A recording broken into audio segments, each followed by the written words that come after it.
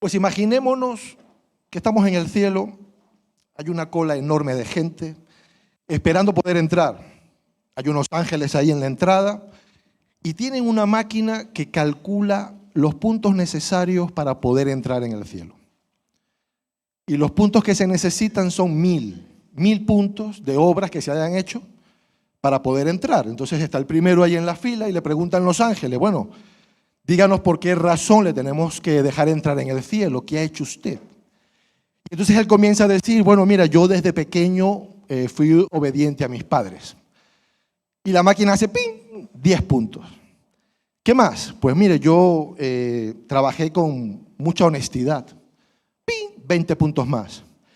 Y yo pues fui un buen ciudadano, obedecí las leyes. ¡Ping! 10 puntos más. Y bueno, yo fui fiel a mi mujer.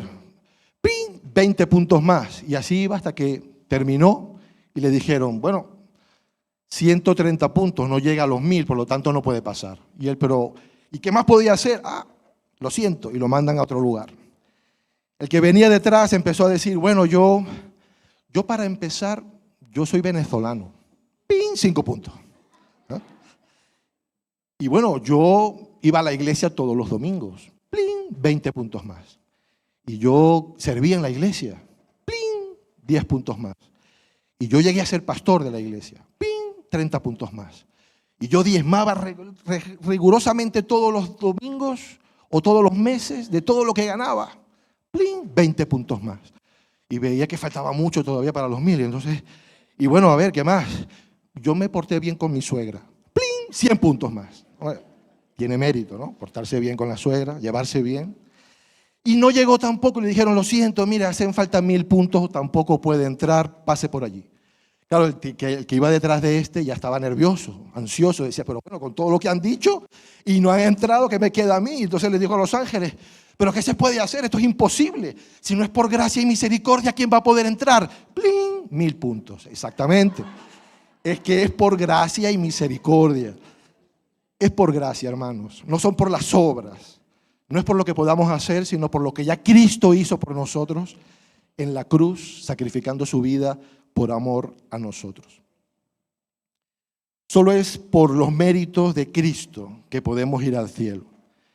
Y de hecho la Escritura es muy clara. En los 10 mandamientos nos dice eso. En el libro de Éxodo, ¿me funciona? Aquí, vale, lo tenía al revés. El libro de Romanos es muy claro cuando dice, ¿qué pues? ¿Somos nosotros mejores que ellos? De ninguna manera. Pues hemos demostrado que todos, tanto judíos como gentiles, es decir, no judíos, están bajo el pecado, como está escrito, no hay justo ni aun uno, no hay quien entienda, no hay quien busque a Dios, todos se desviaron, a una se hicieron inútiles, no hay quien haga lo bueno, no hay ni siquiera uno.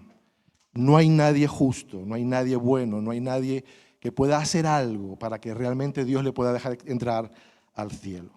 Y también la Escritura nos dice, en Hechos 4:12, aquí nos da la clave, en ningún otro hay salvación, porque no hay otro nombre bajo el cielo dado a los hombres en el que podamos ser salvos, que es Jesucristo. Es en Él como podemos nosotros tener reconciliación con Dios, perdón de pecados y entrada en el cielo. ¿Por qué digo esto? Porque justamente la semana que viene vamos a celebrar una de las tradiciones más importantes del cristianismo, que es la Semana Santa. Una Semana Santa que de santa tiene muy poco, ¿no? Algunos celebran a su manera, adorando imágenes, algo que es ofensivo para Dios y que claramente está en su palabra también. En Éxodo capítulo 20, que es donde encontramos los mandamientos.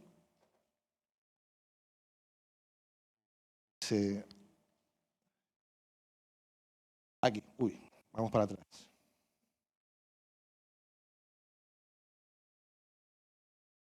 Está en la carne esto, no obedece.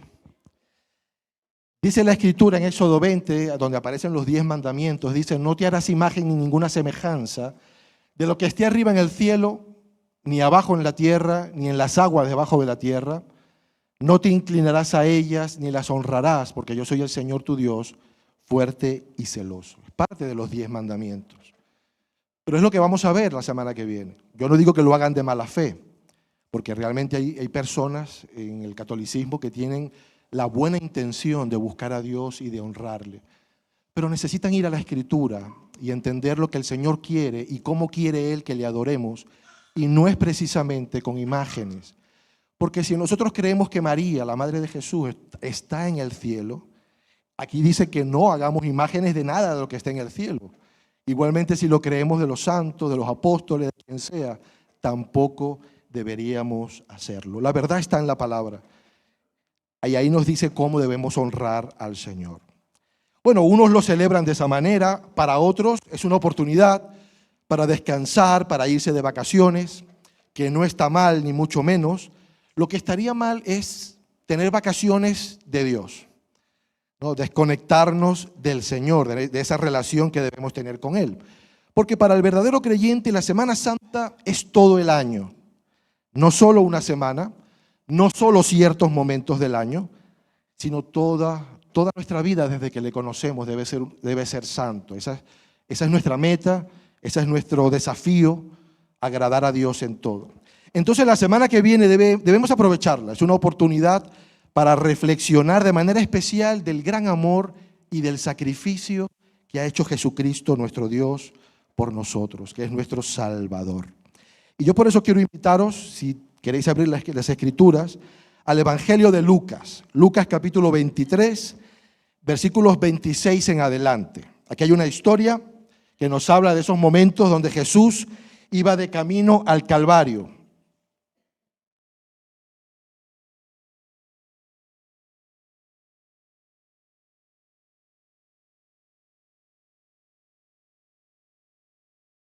Lucas capítulo 23 en adelante.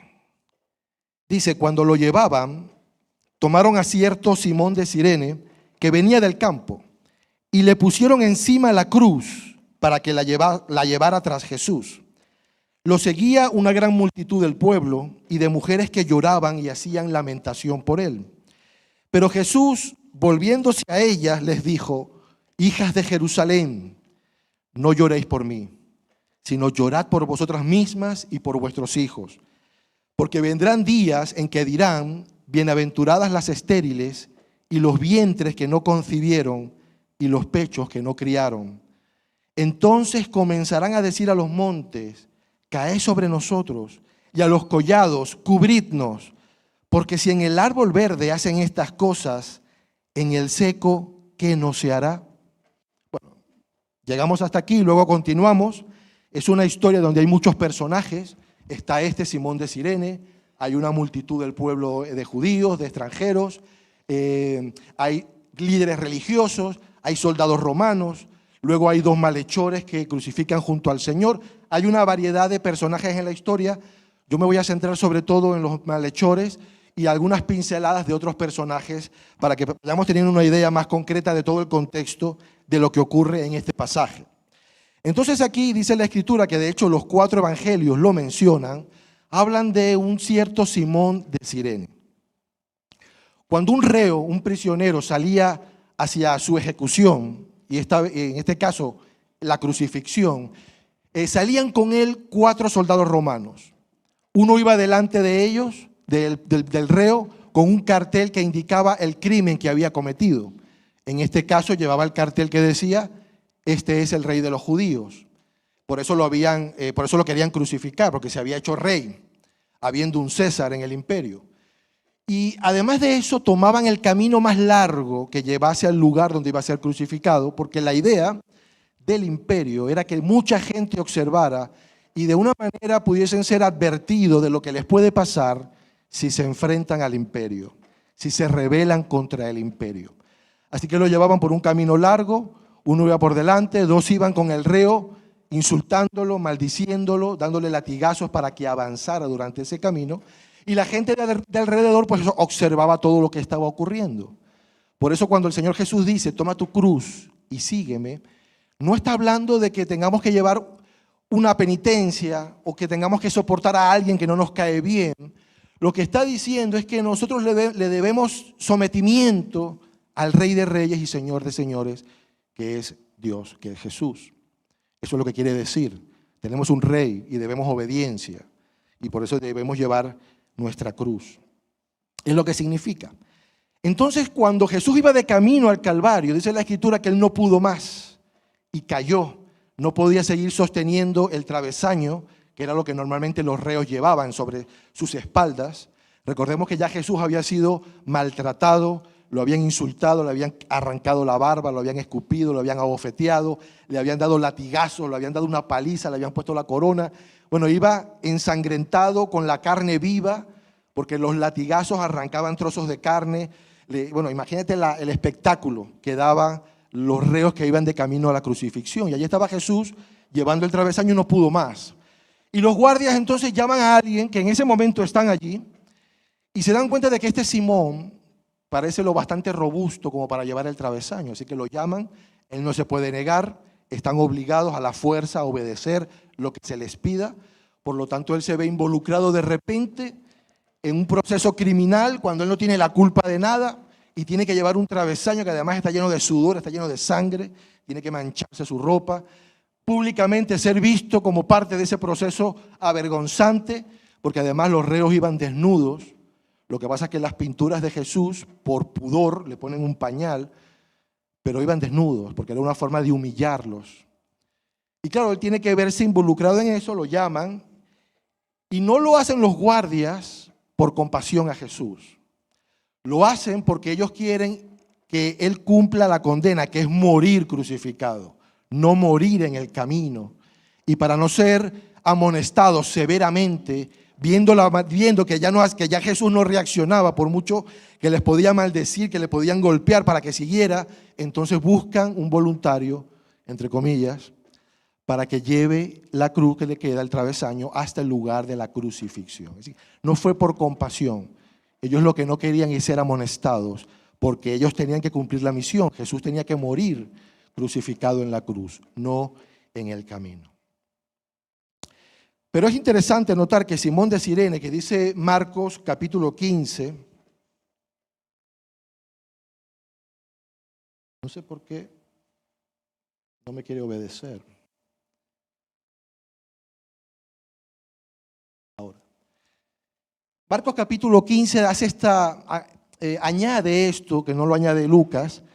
Dice que obligaron a uno que pasaba, Simón de Cirene, padre de Alejandro y de Rufo, que venía del campo, a que llevara la cruz. Esto es muy interesante y revelador.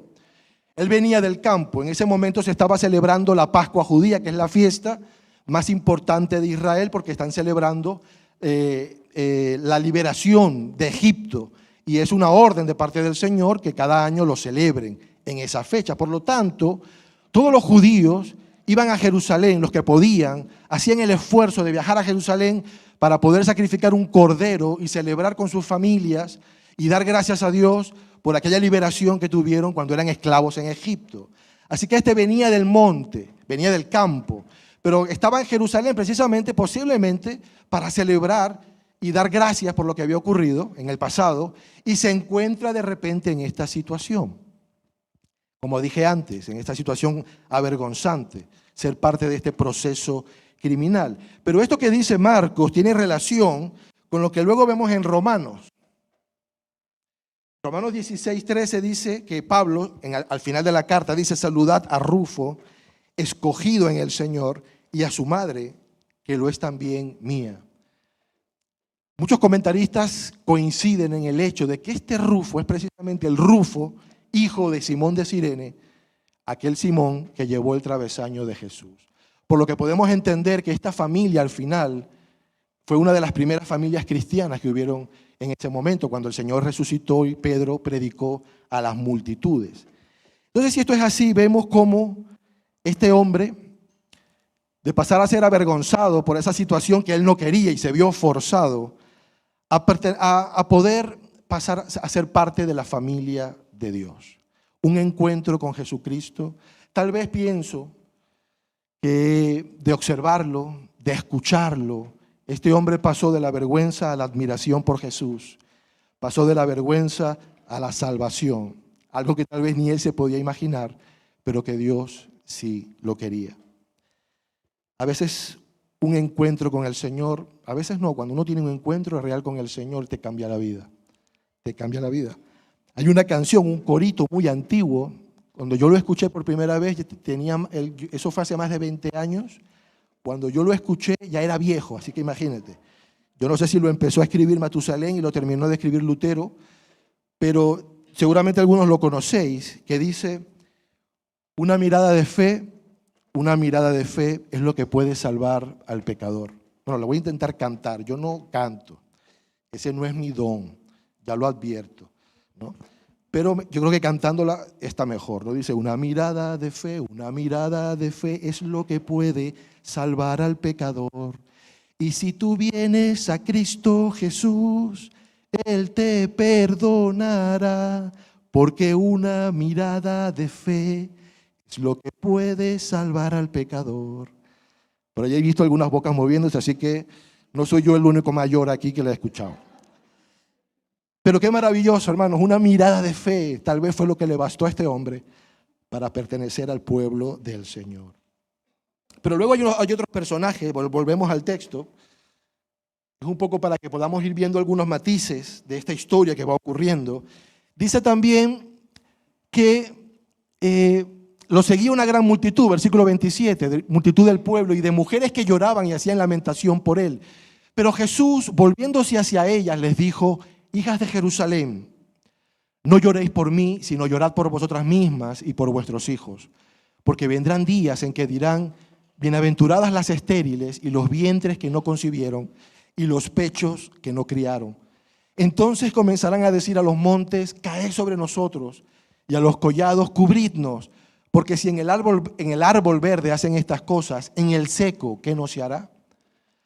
Aquí en este momento se encuentra Jesús, me imagino, como muestran algunas películas, que él cae y hay mujeres llorando a su alrededor. Claro, estas mujeres lloran porque saben que esa persona va a morir, porque va de camino a la crucifixión, sienten lástima, sienten dolor de verlo como está, destrozado, ensangrentado, y lloran por esa persona. Pero ¿qué les dice a Jesús? No lloréis por mí, llorad por vosotras, llorad por vosotras. Es decir, nosotros en esta semana que viene es verdad que vamos a sentir tristeza por lo que Jesús tuvo que sufrir por nuestra causa, porque nosotros éramos los que merecíamos estar allí y sin embargo Él se puso en nuestro lugar. Y es verdad que produce tristeza, a veces puede producir hasta llanto, pero realmente Jesús no quiere que lloremos por Él. Él quiere que lloremos por nuestros pecados, que lloremos por nuestras faltas, que lloremos por la maldad que hay en el mundo, por las injusticias. Eso es lo que realmente quiere Jesús. Y eso es lo que les está diciendo a estas mujeres. Llorad por vosotras, porque vendrán días terribles. De hecho, Él está profetizando algo que va a ocurrir en el año 70 en Jerusalén. Él les está advirtiendo de algo que va a ocurrir, que va a ser tan terrible, que les está diciendo, mire, para una mujer judía ser estéril es lo peor que le puede pasar. Es como una maldición. Sin embargo, en esos días van a ocurrir cosas tan feas, tan duras, que las que tienen hijos van a envidiar a las estériles porque no van a ver morir a sus hijos. Va a ser tan duro y tan feo ese día que incluso algunos van a preferir morir sepultados vivos, que padecer lo que se va a padecer en ese día. Y Jesús, justo en el capítulo 19, se los había comentado a los discípulos. Les dice, cuando llegó cerca de la ciudad, al verla, dice, lloró por ella diciendo, si también tú conocieras, a lo menos en este día, lo que es para tu paz. Pero ahora está encubierto a tus ojos. Vendrán días sobre ti cuando tus enemigos te rodearán con cerca, te sitiarán y por todas partes te estrecharán. Te derribarán a tierra y a tus hijos dentro de ti, y no dejarán en ti piedra sobre piedra, por cuanto no conociste el tiempo de tu visitación. Jesús está viendo lo que ya le hizo llorar antes, y es que en el año 70 en Jerusalén los judíos se rebelan contra el imperio y el César envía a un general llamado Tito y con su fuerza sitian la ciudad. Luego destrozan la entrada, las puertas, entran, saquean, crucifican a miles de judíos en masa, violan a las mujeres, se llevan a muchos cautivos, queman las casas y queman el templo, destruyen todo, lo saquean todo. Eso ocurrió en el año 70. Jesús lo estaba profetizando con dolor, porque él decía, yo estuve aquí y vine aquí precisamente para poder arroparos y ustedes no han entendido ni me han querido reconocer. Está sufriendo por lo que está viendo. Y cuando él dice que no quedará piedra sobre piedra es porque justamente el templo es quemado por los romanos. Y en el templo había ornamentación de oro y esta se derrite y queda entre los escombros, entre las piedras. Y los soldados, por no perder ese oro, lo van desmontando piedra a piedra, arrancando ese oro para quedarse con él. Lo único que queda en pie es un muro. Es un muro que justamente fue construido por la parte pobre de la población, que es lo que hoy vemos en Israel, en Jerusalén, que le llaman el Muro de las Lamentaciones. Eso fue lo que quedó del templo. Y claro, algunos supersticiosos pues creen que al orar allí, pues Dios les va a escuchar más y dejan sus notitas, sus peticiones de oración. Y le llaman el Muro de las Lamentaciones no porque se estén lamentando allí, porque hay una costumbre entre los judíos de orar y de hacer este movimiento.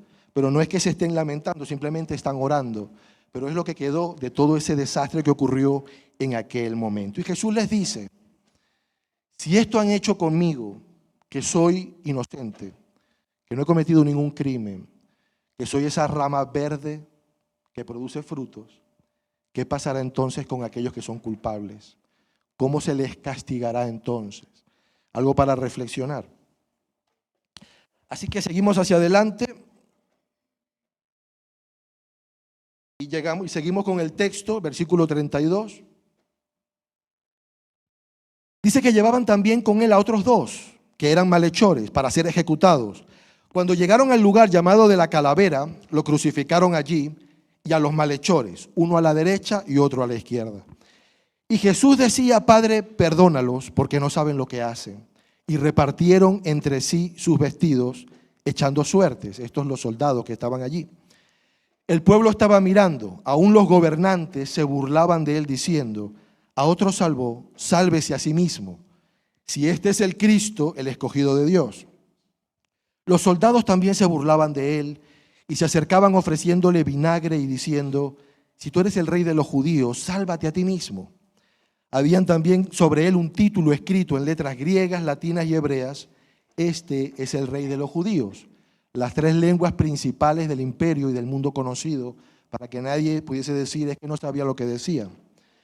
Uno de los malhechores, versículo 39, que estaban colgados, lo insultaba diciendo, si tú eres el Cristo, sálvate a ti mismo y a nosotros.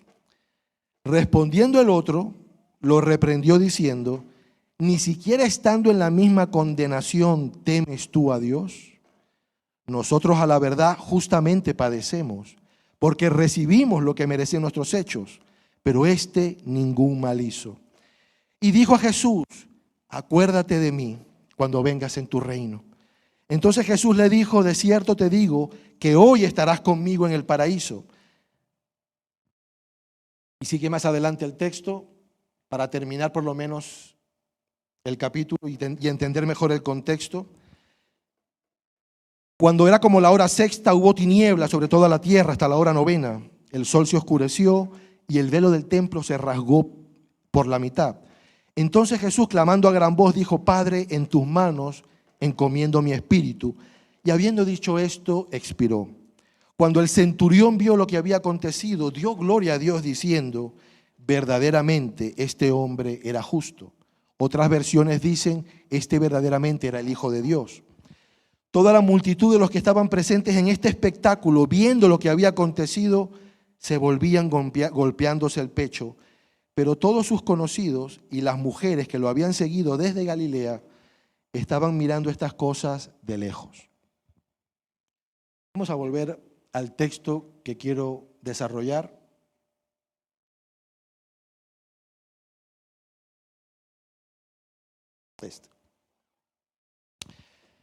La ejecución a través de la crucifixión. Esto fue un invento de los persas. Luego los griegos lo siguieron practicando, pero quien lo perfeccionó fueron los romanos. Era el método más cruel y más humillante que había en la época. La víctima podía tardar en morir días mientras sufría grandes dolores y asfixia. Este método era reservado para los asesinos, para los rebeldes, para los ladrones que eran violentos. Era tan cruel que incluso los romanos no lo utilizaban para sus propios ciudadanos, a menos que fuera por alta traición. Solo era para esclavos y para extranjeros. Muchos judíos fueron crucificados en masa, como dije al principio, en esa destrucción que hubo en Jerusalén en el año 70. Entonces, para acelerar la muerte, se le partían las piernas, para que de esa manera no pudiesen apoyarse y entonces se pudiesen asfixiar mucho más rápido. Había cruces que tenían un pequeño apoyo, como un pequeño asiento, donde ellos podían tener una pausa, poder respirar y seguir sufriendo. Esto era para que pudiesen vivir más tiempo, es decir, para poder alargar la agonía que estaban sufriendo. Y a Cristo no hizo falta romperle las piernas, porque cuando iban a hacerlo, vieron que Él ya había muerto. En Juan 19 encontramos algo curioso, porque eso sorprendió a Pilatos.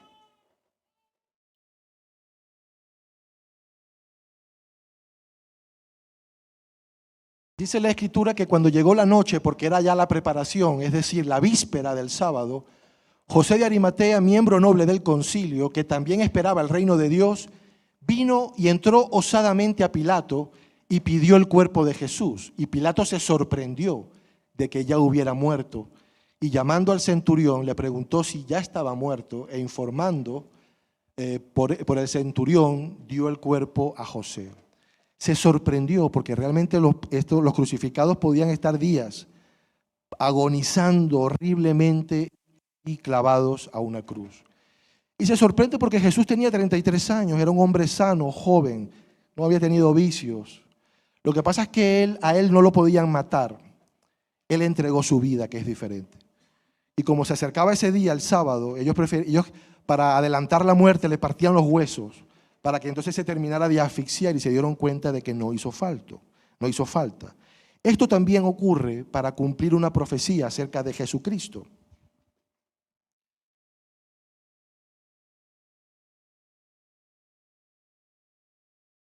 Porque estas cosas fueron hechas para que se cumpliese la Escritura: no será quebrado hueso suyo. El Salmo 34:20. Y como dice Éxodo 12, se comerán en una casa y no llevarás de aquella carne fuera de ella, ni le quebraréis ningún hueso. Era lo que hacían en el sacrificio de la Pascua. No le quebraban los huesos al cordero. Era una señal de lo que Dios iba a hacer con el cordero, el verdadero cordero, que es Cristo. Entonces por eso no le quebraron el hueso, también para cumplir esta palabra. Así que uno de los malhechores que estaban colgados lo insultaba diciendo: si tú eres el Cristo, sálvate a ti mismo y no a nosotros. Esta expresión, estaban colgados, es muy importante, tiene una gran connotación para los judíos, porque no solo era el horror de pasar por aquella tortura, sino que también la persona crucificada caía bajo la maldición dada en la ley de Moisés, que encontramos en Deuteronomio capítulo 21, versículo 22. Dice: si un hombre es condenado a morir colgado de un árbol por haber cometido un grave delito, su cuerpo no deberá dejarse allí toda la noche, sino que tendrá que ser enterrado el mismo día, porque es maldito de Dios el que muere colgado de un árbol. Y ustedes no deben convertir en impura la tierra que el Señor su Dios les da en propiedad. Los judíos no hacían ninguna diferencia entre un árbol, una crucifixión o un madero, como también se le llama. Por lo tanto, aplicaban automáticamente esta declaración de la ley sobre los crucificados. Por eso era una locura la predicación del Evangelio. El apóstol Pablo nos dice: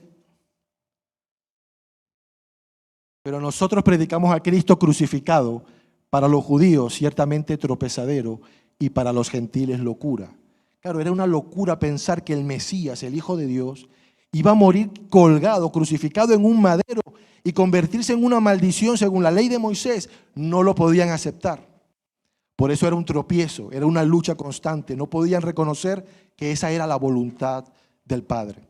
Y también luego Pablo lo dice en Gálatas: Cristo nos redimió de la maldición de la ley, haciéndose maldición por nosotros, pues escrito está: maldito todo el que es colgado en un madero. Y aquí hay algo importante que tenemos que entender sobre esta palabra. Porque ¿de qué maldición está hablando? Esta maldición la encontramos en Deuteronomio 28. Ahí hay dos características en este pasaje. Deuteronomio 28 habla por un lado de la bendición de la obediencia y luego habla de la maldición de la desobediencia. Solamente voy a colocar una parte que es lo que nos interesa. 28:15 dice, habla de las consecuencias de la desobediencia y dice el versículo 48, servirás por tanto a tus enemigos que enviará el Señor contra ti, con hambre, con sed y con desnudez y con la falta de todas las cosas. Pues allí se encontraba Jesús, desnudo, con hambre, con sed, a merced de sus enemigos. Él estaba también haciendo algo además de llevarnos al cielo. ¿No has pensado por qué tuvo que morir Jesús en la cruz, pudiendo morir de otra manera, si la idea era que simplemente derramara su sangre y entregara su vida? ¿Por qué la crucifixión? ¿Por qué no mejor decapitado? También se pierde toda la sangre y es mucho más rápido. No es tan doloroso, tan cruel, tan sanguinario. ¿Por qué entonces en una cruz? Hermanos, porque el Señor Jesucristo no solo vino a llevarnos al cielo, sino también a darnos vida abundante. Como dice Juan 10:10. Él dijo, el ladrón no viene sino para hurtar, para matar y destruir, pero yo he venido para que tengan vida y para que la tengan en abundancia. Y esta vida abundante, que es una bendición integral, porque Dios no solo se preocupa de tu alma, Dios también se preocupa de tu cuerpo, de tus necesidades, del día a día. Por eso en la tercera carta de Juan, versículos dice, amado, yo deseo que tú seas prosperado en todas las cosas y que tengas salud, así como prospera tu alma. Aquí habla de lo integral del ser humano, no solo que lleguemos al cielo, sino que también podamos tener salud y podamos tener o ser bendecidos en lo material, en todas las cosas. Esto no significa que el objetivo de Dios sea que todos seamos ricos y que entonces tengamos una fe de hierro y nunca muramos. Eso no es el verdadero evangelio, eso es lo que predican los televangelistas, que manipulan y engañan la palabra para hacer creer a la gente que esa es la única voluntad de Dios. Porque la misma palabra nos enseña que habrá momentos donde habrá abundancia, pero también escasez. Donde habrá momentos donde tendremos salud, pero también estaremos enfermos. Donde habrá momentos donde habrá paz, pero también habrá guerra, habrá dificultades, habrá angustias, habrá ansiedades, habrá desesperación, porque eso es parte de la vida. El Señor Jesucristo fue muy claro y nunca nos engañó. Él dijo, en este mundo tendréis aflicciones. Pero no se quedó allí. Él dijo, pero confiad, yo he vencido al mundo. Yo he vencido al mundo. Dios desea que oremos por cada necesidad, si no nos lo hubiese prohibido, pero nos pide que lo hagamos con fe, confiando en Él y en su soberanía. Pero que una persona empieza a prosperar cuando se entrega a Jesucristo, eso es algo inevitable, esa es una realidad. Cuando una persona se entrega a Cristo, su vida empieza a prosperar. Una vez un hombre contaba un testimonio diciendo que estaba en el trabajo hablando de Jesús porque había cambiado su vida. Y entonces uno de los compañeros, burlándose de él, le decía, sí, pues si el Señor es verdadero, que me convierta este vaso de agua en vino. Y él le dijo, mira, yo no sé si Él podrá ahora convertirte eso en agua en vino. Lo que yo sí sé es que Él convirtió en mi vida el vino, lo convirtió en alimento para mis hijos. La cerveza y el alcohol en el que estaba hundido lo convirtió en el dinero para pagar el alquiler, en el dinero para los estudios de mis hijos. Y entonces es cuando yo comencé a prosperar. Y es inevitable, cuando una persona se encuentra con Jesucristo, su vida cambia y empieza a dejar los vicios que tiene, empieza a dejar de creer en la superstición, comienza a dejar la pereza de lado, el miedo, lucha y el Señor lo bendice y lo ayuda e inevitablemente comienza a prosperar. Ahora, yo no estoy hablando aquí de que nos volvamos todos multimillonarios, hablo de la verdadera prosperidad que trae paz con el Señor Jesucristo. Primera de Pedro 2:24 dice, Él mismo llevó nuestros pecados en su cuerpo sobre el madero, para que nosotros, estando muertos a los pecados, vivamos a la justicia. Por su herida hemos sido sanados. Amén. El Señor ha hecho una provisión completa para nosotros. Pero no para que nos aferremos a este mundo, sino por su misericordia. Nos ha querido dar más de lo que realmente merecemos, aunque no merecemos nada. Entonces seguimos con el texto y dice que uno lo insultaba diciendo, si tú eres el Cristo, sálvate a ti mismo y a nosotros. Este malhechor está cuestionando la autoridad de Cristo. porque Cristo significa el ungido, ¿no? Y el ungido del Señor era el escogido para salvar a Israel. Entonces lo que este hombre espera, si de verdad es lo que él dice, que es el Cristo, entonces que actúe, que me baje de la cruz también. Es decir, él estaba pensando bajo sus propios intereses, o lo que él pensaba que era el Cristo. Y aquí esta actitud revela algo muy triste, muy triste. Hay personas que pueden rechazar a Jesucristo incluso en el momento de su muerte. Porque él estaba condenado, él iba a morir y estaba al lado de Jesús y sin embargo no se arrepintió. Es triste estar allí sabiendo que te vas a morir, que tienes una oportunidad y no te arrepientes. Una persona puede estar muy cerca del Señor y perderse, porque venir a la iglesia no es garantía de salvación. Saberse la Biblia de memoria no es garantía de salvación. Hay que tener un encuentro personal con Cristo, donde a través del arrepentimiento y la fe en la obra de Cristo es como logramos la salvación de nuestras almas. Es más, una persona puede desear y aún pedirle al Señor que le salve y sin embargo perderse, porque se lo estaba pidiendo a su manera, no a la manera de Jesús. Pero respondiendo el otro, lo reprendió diciendo: ni siquiera estando tú en la misma condenación temes a Dios. Nosotros a la verdad justamente padecemos, porque recibimos lo que merecieron nuestros hechos, pero este ningún mal hizo. Aquí vemos una actitud diferente. Él está consciente de su final y tiene el temor de reconocer que es un pecador, que es el elemento indispensable para alcanzar la salvación. Necesitamos reconocer que somos pecadores. Por eso el Señor Jesucristo dijo en las bienaventuranzas: bienaventurados los pobres de espíritu, porque de ellos es el reino de los cielos. Bienaventurados, doblemente felices aquellos que reconocen su bancarrota espiritual, que reconocen que no tienen nada que ofrecerle a Dios, que saben que no pueden hacer nada. Esos son bienaventurados porque entonces reconocen que necesitan un Salvador, y ese Salvador es Jesucristo. Que Jesús hubiese pedido el perdón tal vez de sus ejecutores tuvo que impactar a este malhechor y hacerle pensar en la persona que realmente estaba a su lado. Y esta es la condición para hallar perdón y misericordia de Dios: confesar los pecados y reconocer que es Cristo el Salvador. Y entonces Jesucristo le dice, Él le dice: acuérdate de mí cuando vengas en tu reino. No es posible determinar con qué claridad el hombre entendía estas palabras. No sé si le pedía que tal vez también lo bajara, pero él sabía que Cristo era el rey, él tenía su reino. Era un error intentar creer que el Mesías venía como David, ¿no?, a restaurar la gloria de Israel. Pero esa frase, acuérdate de mí, la encontramos 3 veces en la Biblia. La encontramos en la vida de Ana, madre de Samuel. Era estéril, si os acordáis. Y dice la Escritura en 1 de Samuel que ella estaba ya desesperada, angustiada hasta lo sumo. Lloraba ya con amargura, estaba deprimida, ya no comía. Y en el templo se puso a orar y le dijo: Señor, si te dignares a mirar a tu sierva y te acordares de mí.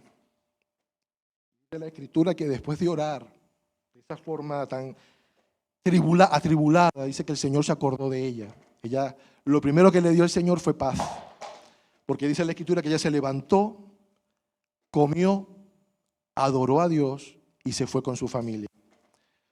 Hermanos, a veces Dios, cuando está obrando y está contestando, muchas veces no vamos a ver el cambio, pero no significa que Dios no esté obrando. Y algo que sí nos da es paz. A pesar de que las cosas sigan igual, el Señor nos da paz. Y luego también viene la respuesta, porque al final tuvo a Samuel, el gran profeta de Israel.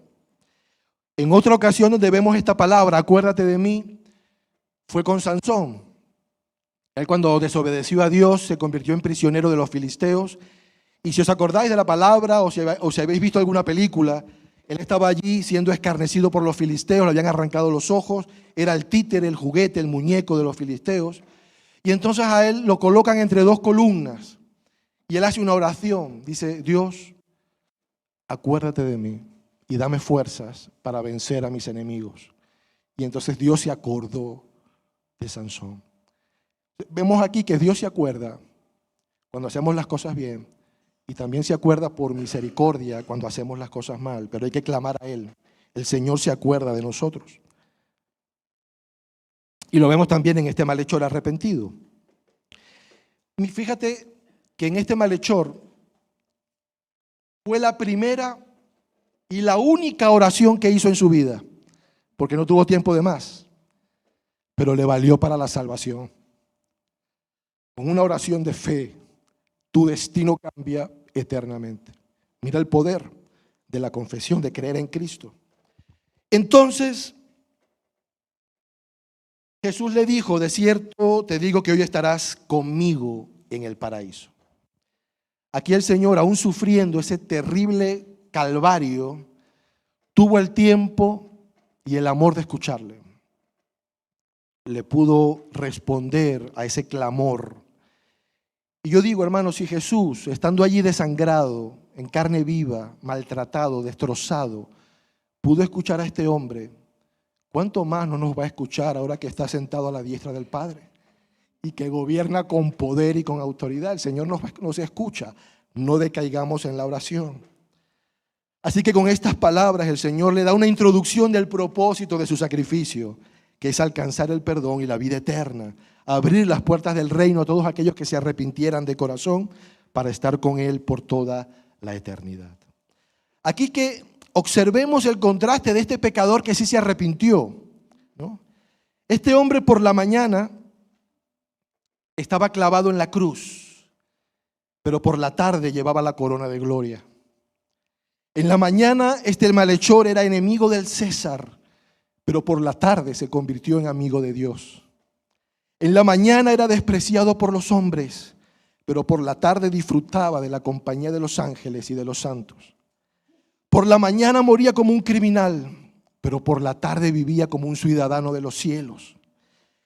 Fue tan buen ladrón que terminó robándose el cielo. Amén. Pero a pesar de todo lo que Dios ha hecho, algunos van a rechazar la salvación de Dios. El otro ladrón se perdió por la eternidad. Y en la crucifixión, hermanos, vemos allí representada a toda la humanidad. Porque dice la Escritura que había gente que se burlaba del Señor. Hoy en día hay gente que se burla del Evangelio, que se burla de Dios. Hay quienes miraban de lejos, es decir, que no se comprometen. Están los materialistas, como los soldados que se repartieron las vestiduras de Jesús. Hoy en día hay muchos materialistas.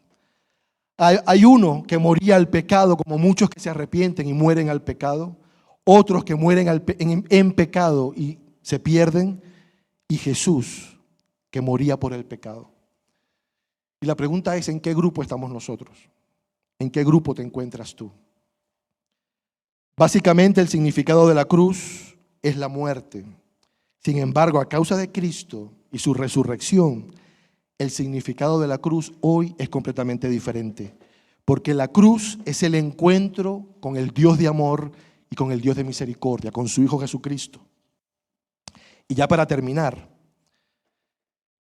en la tierra a los hombres se les clasifican de varias maneras. Nos referimos a las personas como blancas, como negras, como amarillos, cuando despectivamente llamamos a los asiáticos. O somos europeos o africanos, americanos o asiáticos.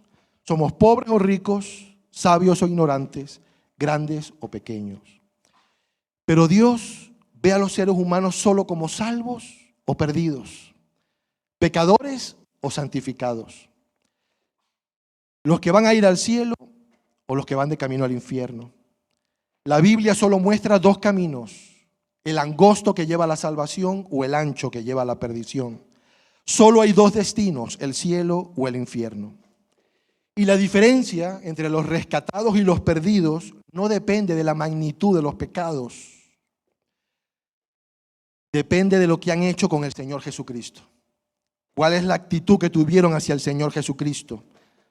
Los que le reciben por fe son salvados, los que le rechazan están condenados.